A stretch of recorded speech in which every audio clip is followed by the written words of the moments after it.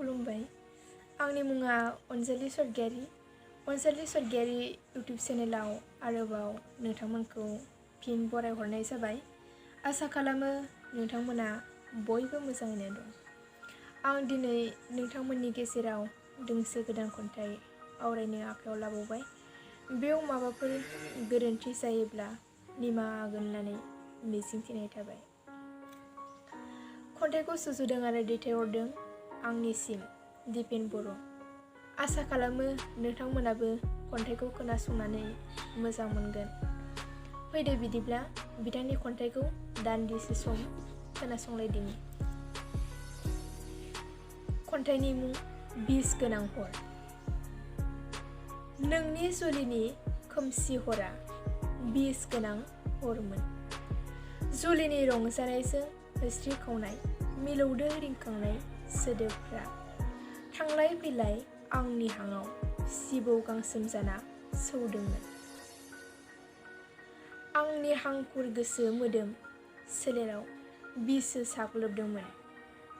आंखौ नागारनो मोननानै नोंनि नंखायै हस्रिखाव गाबफ्लानाया गोबौ खुंग्रि जाना आंनि बिखा बिख्लोखौ दानखावना बबावबा स्रोद लांखारदोंमोन।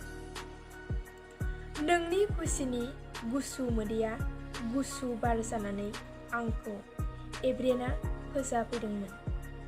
ओलैस्रो उन्दुलांनानै आखाइजों आं दांग्रोमदोंमोन बिखाखौ। गाराय गैयै बिखा सिङाव मोनदाङो बिखा बिख्लो गैयि बायदि लांदां।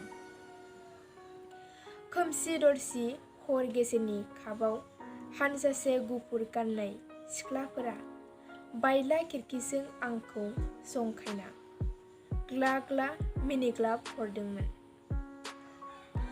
अब्ला आं बिसोरखौ सोंदोंमोन, नोंसोरबो माब्लाबाफोर गोथां समाव आं बायदि बिखा बिख्लो गोमाजाफेरदोंमोन नामा?